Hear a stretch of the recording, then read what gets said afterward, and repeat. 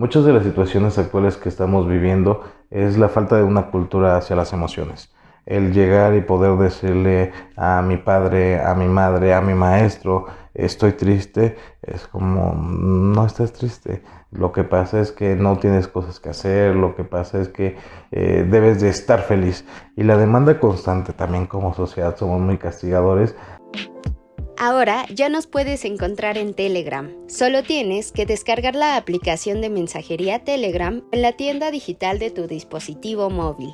Busca la Jornada de Oriente y selecciona Unirse al canal. O también puedes escanear con la cámara de tu celular el siguiente código QR, que te llevará directamente a nuestro canal para suscribirte. Mantente informado a lo largo del día con las noticias más relevantes de Puebla y no olvides también seguirnos en todas nuestras redes para más contenido.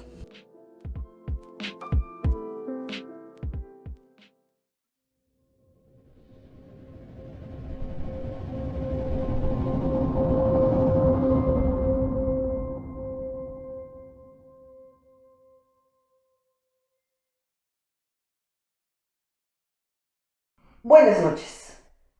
Uno de los fenómenos que ha tomado mucha presencia en los últimos años, pero en este 2022 de manera más intensa, es el suicidio, derivado de una serie de circunstancias que se deben atender. En Tehuacán existe un colectivo, el colectivo Efecto Mariposa, que ha tomado muy en serio esta situación y que ha emprendido desde hace algún tiempo una serie de acciones con el objetivo de prevenir el suicidio. Sobre todo, tomemos en cuenta que cada vez las estadísticas en esa materia las componen jóvenes y menores de edad. Hoy es un placer presentarles a Carlos López Méndez, quien es el representante de este colectivo y con el que vamos a platicar. Les sugiero, si ustedes padre, madre de familia, si tiene en su casa menores, si convive con menores, si es maestro, si es abogado, cualquier profesión que usted ejerza y que tenga que ver con la convivencia o con la atención a los jóvenes sobre todo, pero al público en general, que se quede con nosotros, aquí en las reporteras de la Jornada de Oriente. Buenas noches. Hola, muy buenas noches, un gusto poder ser entrevistado por ti, es un honor de verdad. Al contrario, muchas gracias. Pues vamos a platicar de este asunto del suicidio. Ustedes han llevado un seguimiento de los casos que se presentan de un tiempo a la fecha. ¿Qué nota usted de diferente en este tema? Claro, mira, nosotros empezamos a llevar esta estadística desde el año 2017 a través de un programa de salud mental que se llevó en el municipio. Empezamos a contabilizar y bueno, empezamos con 28, 30 y a la fecha de lo que va de la pandemia para acá, el término de ella pues va en aumento. Estos malestares que ya existían, muchas veces dicen, es que la pandemia trajo estos problemas y realmente no los trajo, ya existían en todos nosotros, simplemente los potencializó, porque ya no teníamos estas salidas como ir a tomar, los amantes, el poder convivir con nuestros amigos, y llegó un momento en que tuvimos que hacer contacto con esas preocupaciones, con esas tristezas que habíamos negado durante años al estar aislados, y bueno, esto viene y desencadena muchos malestares psicológicos, emocionales, y la OMS lo comentaba, ¿no? Después de la pandemia de COVID-19 viene una pandemia más fuerte que es la pandemia de trastornos mentales. ¿Eso cómo es? ¿Qué pasa en este tiempo después, post-pandemia? Después de este tiempo empezamos a reencontrarnos, pero ya no somos las mismas personas.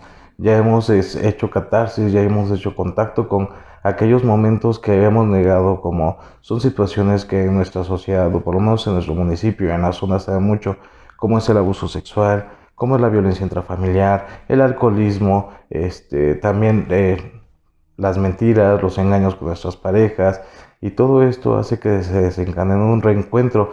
Ahora, ¿cómo vamos a llevar esto? Dentro de la pandemia, bueno, vamos a solventarlo.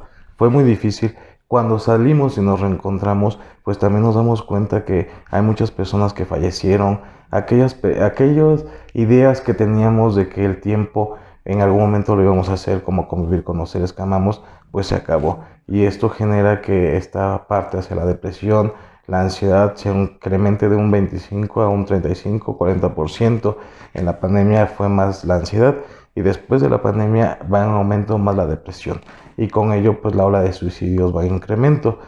Durante los primeros años teníamos de 28 a 30, durante la pandemia tuvimos de 30 a 32 suicidios y ahorita en nuestro municipio llevamos 35 suicidios, que ya es a la alza, tomando en cuenta que los meses de octubre, noviembre y diciembre precisamente se duplican estos suicidios porque existe algo que se llama depresión estacionaria, que se dan las condiciones adecuadas en la sociedad, como son las demandas hacia tener dinero, la familia completa, el bienestar, que todos estemos conviviendo y también las situaciones que conlleva la muerte, el hacer contacto y más este año con las personas que se fueron por la pandemia. Entonces, todo esto lleva a este tipo de depresiones. todo esto ha incrementado mucho la depresión en personas jóvenes y en menores de edad, que no lo tomamos en cuenta y somos una sociedad que anula las emociones de los niños. Si nosotros le preguntamos a alguien, oye, ¿y crees que los niños tienen preocupaciones? ¿Pero por qué se van a preocupar? ¿Por cómo jugar? Pero no, realmente los niños tienen sus propias preocupaciones.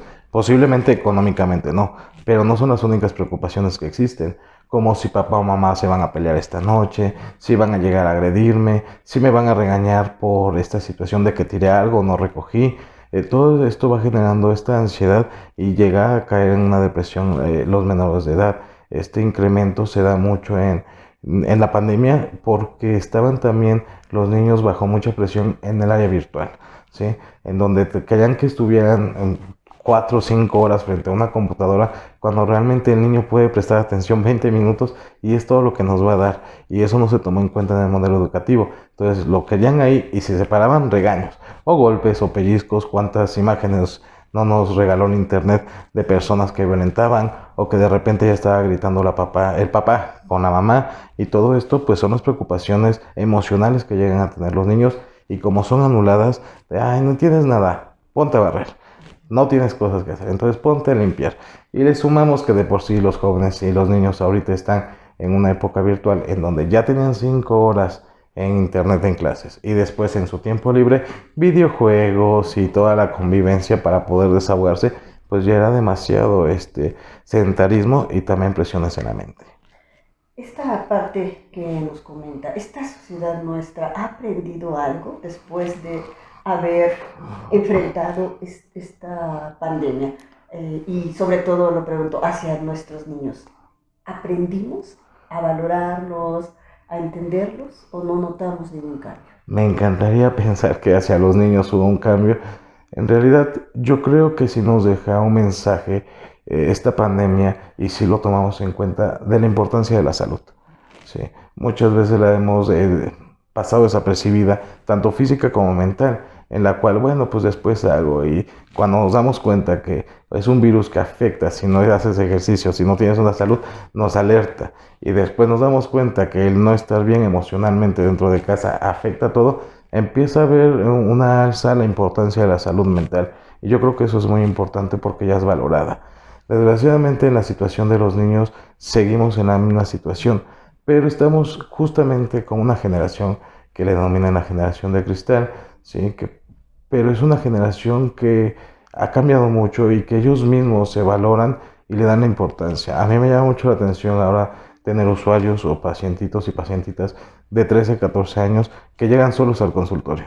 Sí, en mi generación, bueno, o me llevaban de las orejas o me llevaban a regaños, pero no era porque yo quisiera. Ellos llegan y preguntan cuáles son los servicios y cómo pueden llevar estas atenciones, y que ellos mismos se las van a pagar a través de sus ahorros. Y me llama mucho la atención que ellos mismos están preocupados, a diferencia que el adulto, pues hasta que ve que ya está en una depresión mayor o ya tiene circunstancias de ansiedad de no poder dormir, pues van y los llevan. Antes no, ellos están preocupados por su salud, por prevenir. Ahora, están preocupados ellos, digamos, entonces podríamos decir que los menores han como tomado más conciencia de la importancia de la salud mental, pero ¿qué tanto apoyan los adultos en esa preocupación? Híjole, es una escala muy baja en la que los adultos dan esta importancia. Muchas veces buscan otras situaciones como es el deporte, que no está mal, el arte o ponerlos a barrer las calles, ¿sí? Pero yo considero que posiblemente un 40% o 30% de los padres ya tienen un poco más de apertura. Desgraciadamente muchos de ellos esperan hasta que haya habido un intento de suicidio o una crisis de ansiedad, un ataque de pánico en la calle o en la escuela, es cuando ellos ya toman en cuenta. Este trabajo tiene que ser preventivo, tiene que ser desde una situación antes, cuando nuestros hijos nos están diciendo me estoy cansando. Efecto mariposa, ¿qué hace? Este panorama que nos pintas es de pronto un poco preocupante, pero hay manera de atenderlo, hay manera de revertirlo, de evitarlo. Yo ¿Cómo creo, trabajan ustedes? claro que sí. Yo creo que una parte importante es generar esa concientización en la población, en generar campañas sociales, en generar artículos donde en los espacios como el que hoy me brindas, que te agradezco muchísimo de verdad, son estas partes donde podemos hacer contacto con la población que a veces no está informada de qué es la salud mental, de qué es la salud emocional, de cómo un psicólogo puede llegar a funcionar sin que sea para locos todo el tiempo.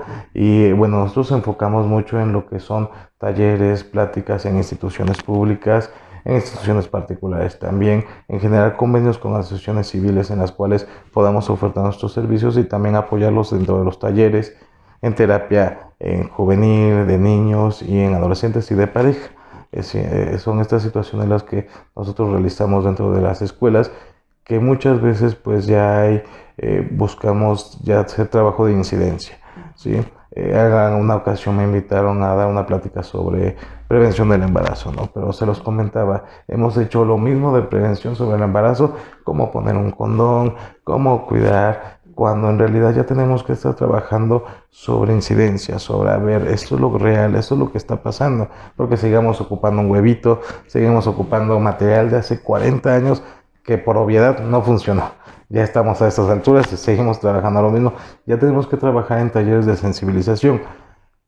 Posiblemente en años pasados hubiera funcionado porque no tenemos información. Para obtener esta información tenemos que ir a una biblioteca. Nuestros jóvenes tienen información todo el tiempo y ese no es el problema ya. El problema es la sensibilización, en dejar de negar estas situaciones de malestares. ¿Por qué? Porque hay muchas niñas que no es tanto el cómo poner un condón, es posiblemente ella se lo puede hacer, pero el afecto que no tienen en casa es el que están buscando con una persona adulta, ¿sí? El afecto que no llegan a tener, la escucha. Si una persona a mí me ofrece escucharme sin juzgarme, pues claro que voy a generar este vínculo. Y son estas partes de incidencia donde tenemos que estar trabajando ya, tanto los psicólogos como los médicos que están en el sistema de salud. Desde este colectivo, ¿de qué manera se podría, o de qué manera ustedes se vinculan con las escuelas? ¿Cómo es que ustedes se acercan o las escuelas se acercan a ustedes? En muchas ocasiones nosotros nos acercamos y en algunas otras se acercan a las escuelas cuando ya tienen algún conflicto. Cuando nosotros detectamos desde lo particular algún conflicto que es como el bullying, como es el acoso o algunas situaciones, tratamos de acercarnos a las escuelas para ofrecer nuestros servicios gratuitos y así poder trabajar todos bajo la misma línea. En algunas otras ocasiones las escuelas, a través del trabajo que se ha hecho, se recomiendan y pues nos dan el espacio para poder trabajar. Tratamos de hacerlo más como talleres, porque pues, si en la pandemia nos dimos cuenta que los niños nos ponen atención 20 minutos, las conferencias, y yo creo que también nosotros lo vivimos de la misma manera. Llegamos y ok, 15 minutos y ya le pellizcamos al de al lado. Entonces tratamos de hacerlo más hacia la sensibilización y de manera interactiva para que nosotros mismos nos demos cuenta de qué es lo que yo estoy pasando. Estos talleres y todo este trabajo que ustedes realizan, que ya nos mencionas, es gratuito. ¿Qué tanta aceptación está teniendo y qué tanto se está buscando por parte de las instituciones? Hemos tenido mucha apertura en estas escuelas, en estas instituciones en las cuales a veces buscamos llevar un seguimiento.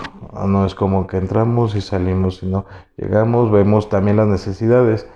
En algún momento, llevando otros programas dentro del municipio, hablaban del cutting, que el cutting fue un problema de hace 10 años muy fuerte.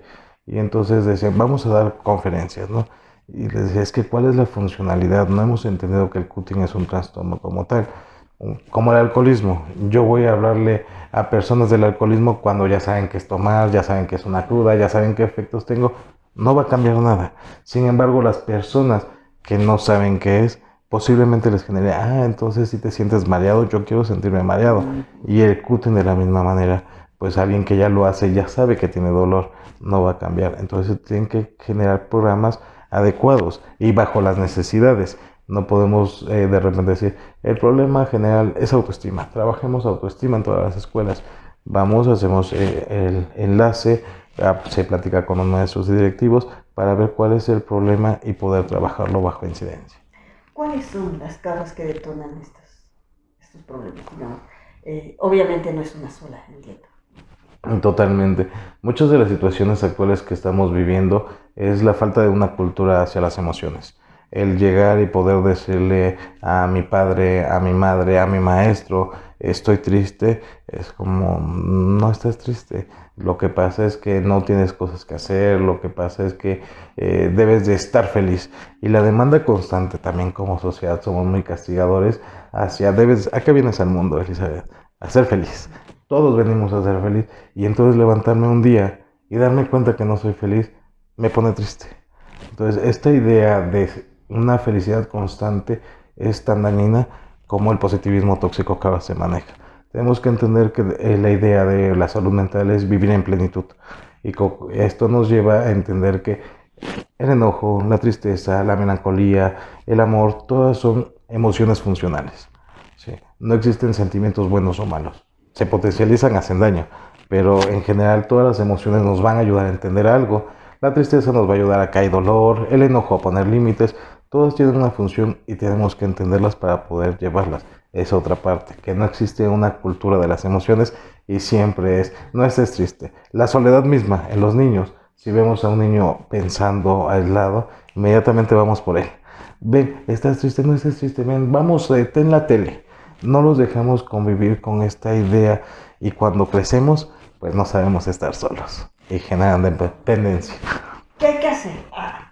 Ahora que mencionas esta parte, ¿qué se debe hacer en el caso así concreto que acabas de mencionar? Un niño que se quedó ahí sentado o que a lo mejor perdió un juguete o una mascota y se pone a llorar.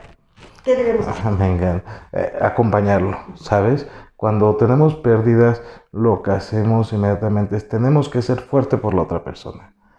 Y entonces la otra persona tiene que ser fuerte por nosotros. Y entonces tenemos a personas sufriendo en silencio y soledad. Lo que tenemos que hacer es acompañarlo y reconocer la emoción. Okay, ¿qué pasó? No, pues perdí mi juguete de transferencia, mi juguete favorito. Bueno, vamos a llorar, es un juguete importante para ti. Sí, porque con él yo podía contarle, mira, el dolor es importante. Va a doler un poquito, pero vamos a ver la manera de que podamos hacer otras cosas para que vaya pasando esta parte del dolor. Y eso se le reconoce al niño, no se le anula y él entiende que también va a pasar. Sí, porque si no no es tristemente, ten el celular, ten esto, y no dejamos a niños, y precisamente ahorita tenemos una generación de hijos y hijas reyes, que no saben trabajar la frustración, porque nunca se lo permitimos, ¿sí? No puedes, te lo hago, no, ten, ¿sí? Y sí, ya quiero, ¿sí? Y entonces tenemos que entender que esos momentos son importantes para ellos, como para los adultos también. No pude, venga, entonces es cierto, no pude, ¿qué tengo que hacer? O mejoro mis habilidades o cambio de técnica. Pero no, queremos complacer todo el tiempo para que sean felices, porque precisamente un niño feliz es un niño que no vale la pena. Y no, los niños pueden pasar por la frustración, tienen que pasar por la tristeza y el enojo. Acompañarlos emocionalmente. Ese es un magnífico consejo. ¿Qué pasa en el caso de, que es muy común, que no hay recursos económicos? ¿Qué pasa, digamos, si hay un niño en estas circunstancias que pasa por una tristeza, por una depresión, o que ya está en esa situación ya de ansiedad, un adolescente, un joven, pero que en muchas ocasiones es un argumento que escuchamos constantemente a las niñas, cuando se dice, necesita atención, no tenemos dinero. Totalmente. Mira, una tristeza o un malestar llevado con la salud mental es que la salud mental es un privilegio y es algo muy feo para nuestro país porque es un país que necesita demasiada atención en salud mental y se destina, si para salud ya se destina muy poco, para el área de salud mental es lo que sobra y más o menos lo que va. Entonces, realmente hay instituciones, también nosotros en algún momento si se hace este análisis, también se pueden ofertar estas situaciones de apoyo a personas que no tienen, porque es necesario.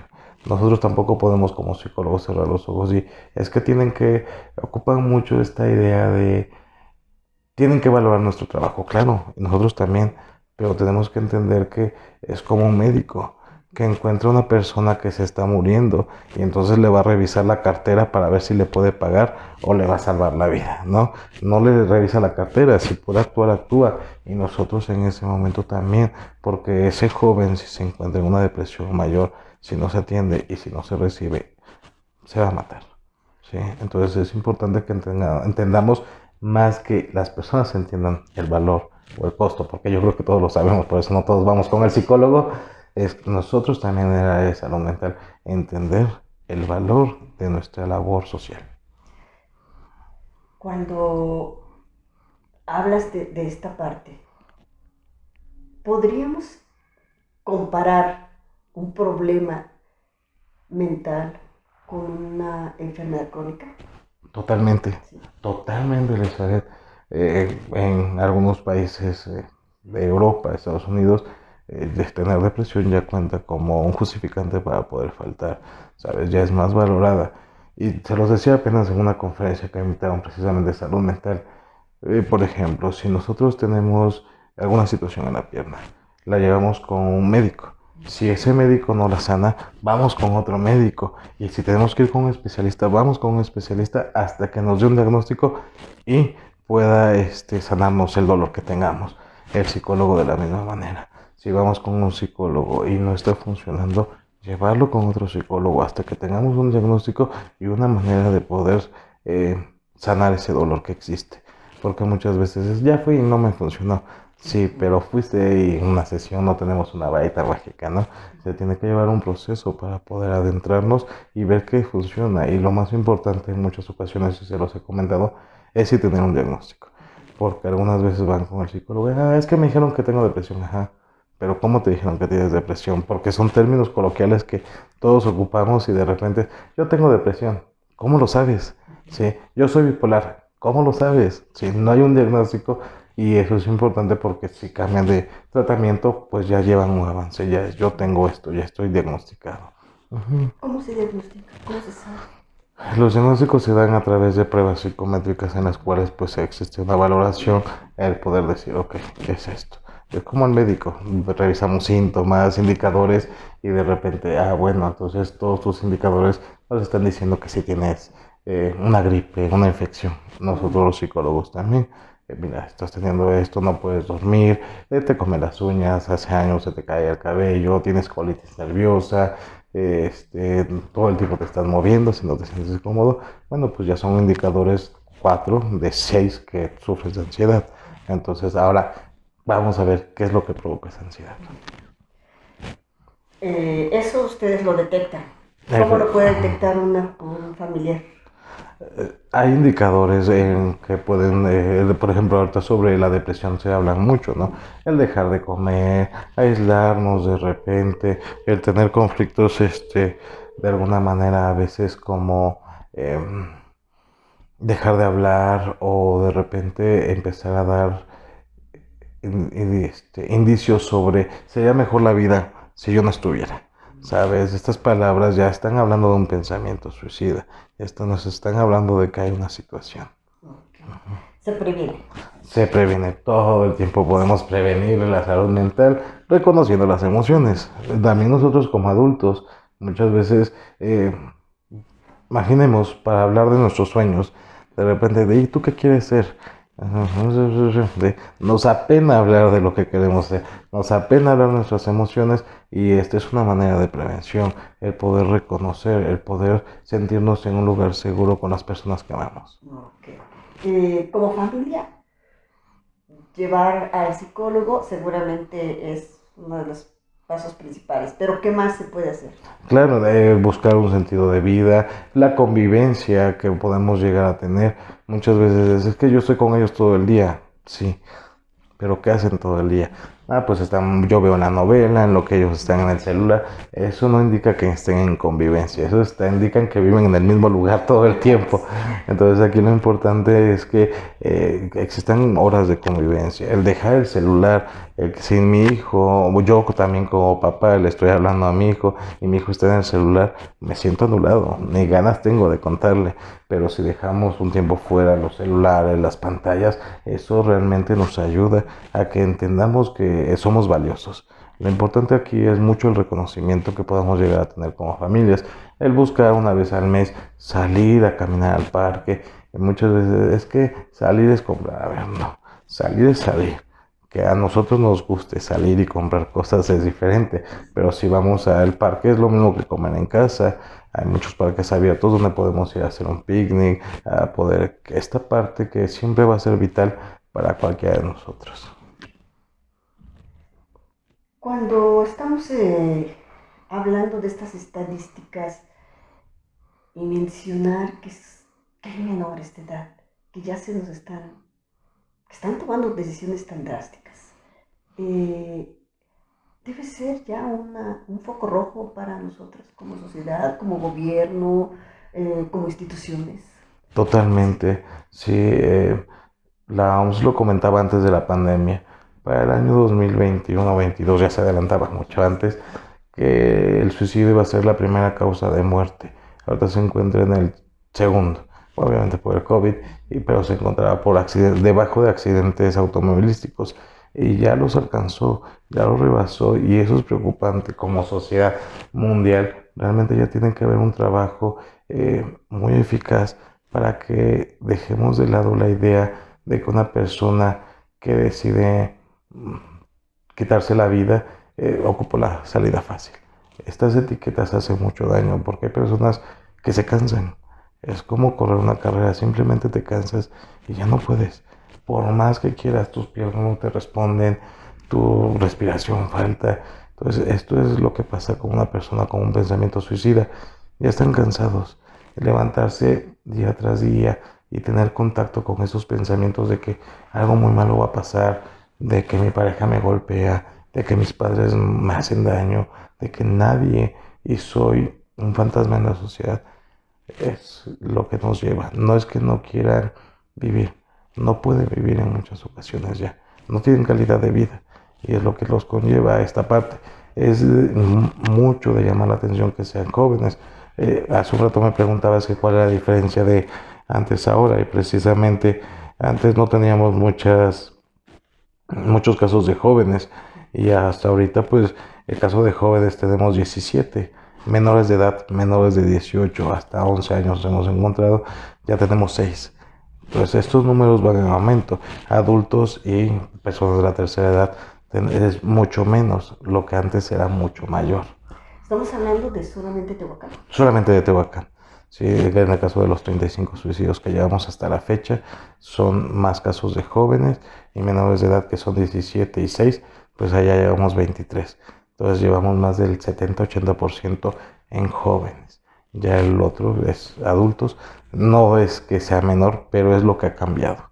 ¿Sí? No es que valgan menos, es lo que ha cambiado. Cada vez son más jóvenes y la tasa o el índice es mucho mayor en menores de edad. ¿Qué pasa? ¿Qué está pasando? Híjole, el choque de culturas que estamos teniendo yo creo que es algo de lo que ha potencializado todo esto. Porque yo entiendo mis emociones, pero yo llego contigo y te las cuento y tú te burlas, te mofas, entonces yo las voy guardando. Y cada vez que las quiero sacar me pasa esto, no encuentro herramientas.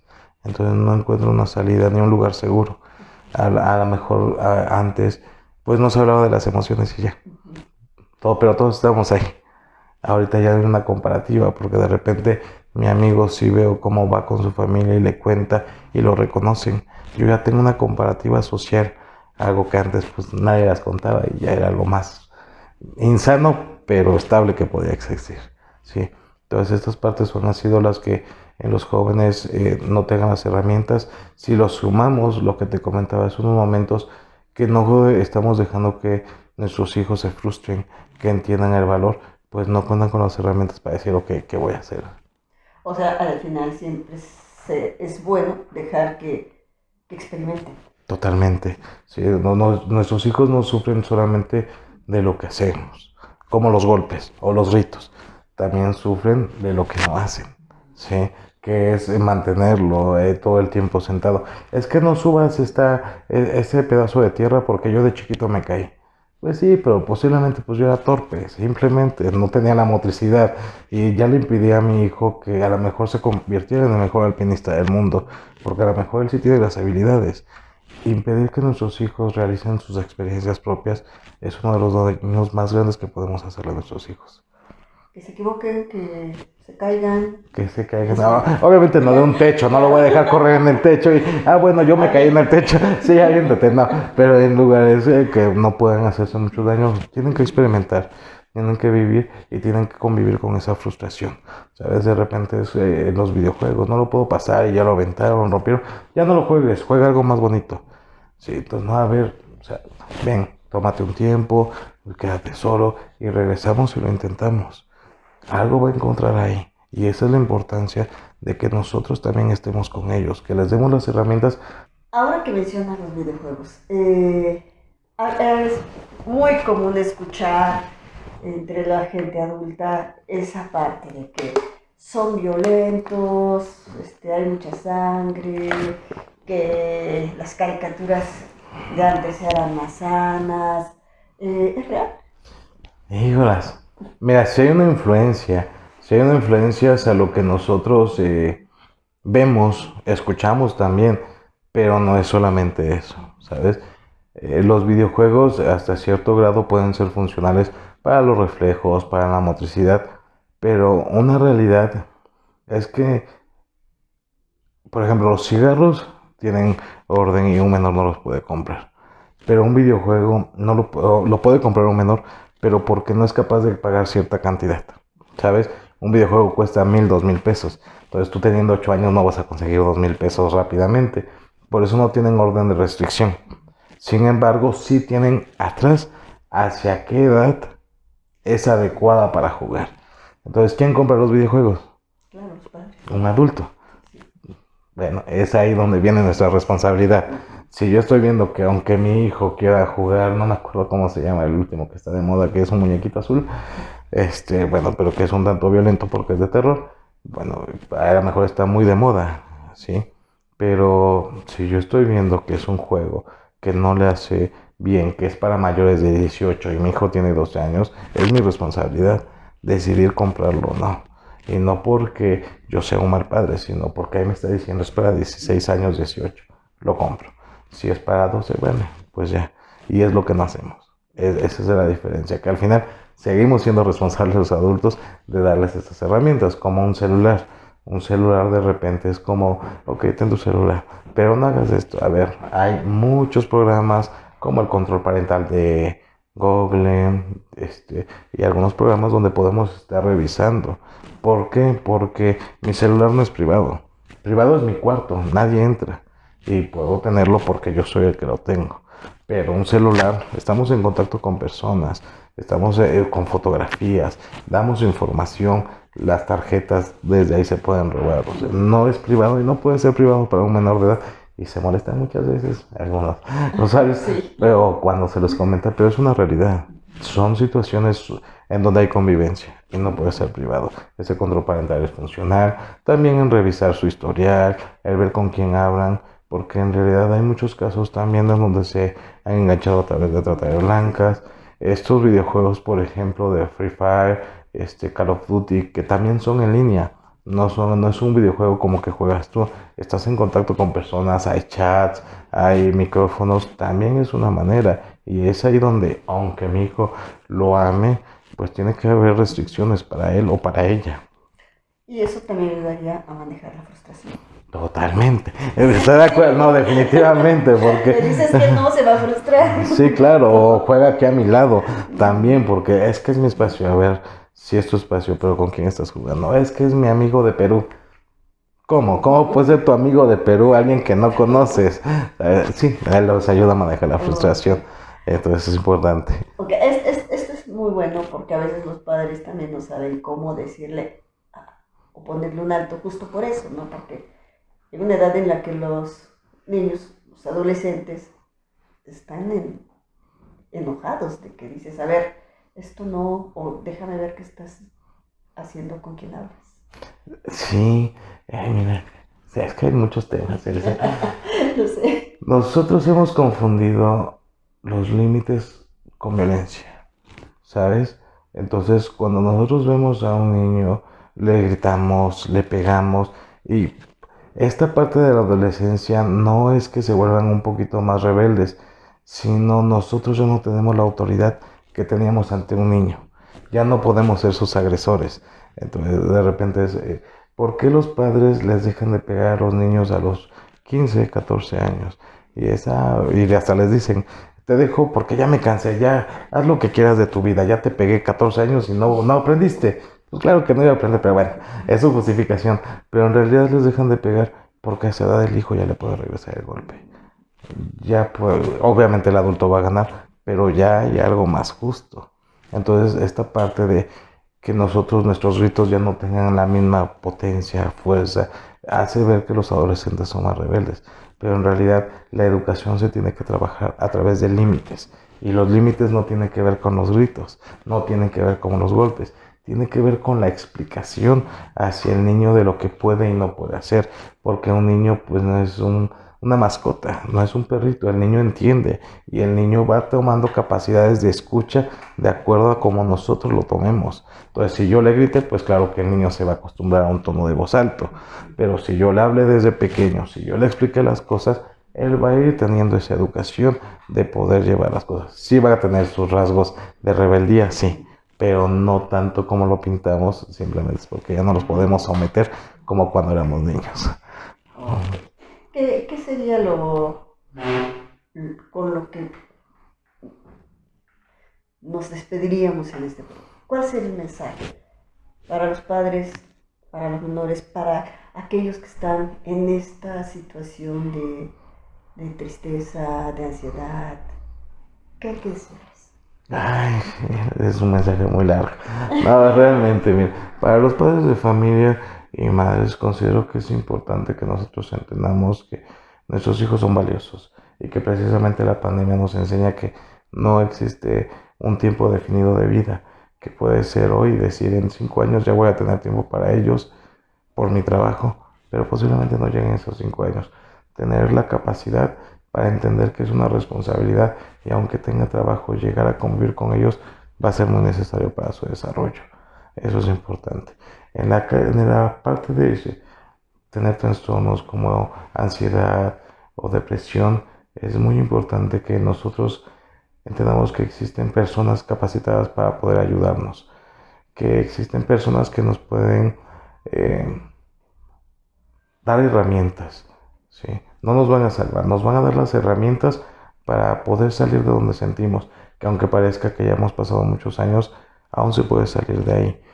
En algún momento se los decía cuando se necesita apoyo psiquiátrico, porque muchas personas siguen este estigma, ¿no? Decía, veamos el apoyo del medicamento psiquiátrico como que nadamos. Nosotros sabemos nadar y somos muy buenos, pero llega un momento en que a la mitad de la alberca nos cansamos. Sí, y aunque queramos no podemos. Si alguien nos lanza un salvavidas, podemos estar flotando un rato, descansar y tener otra vez las herramientas para nadar. Pues así también con la psicología y con la psiquiatría.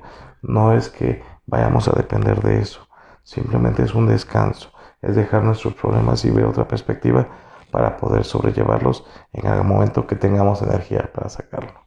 Perfecto. Gracias, Carlos. Les agradezco mucho, siempre honrado y un gusto poder compartir.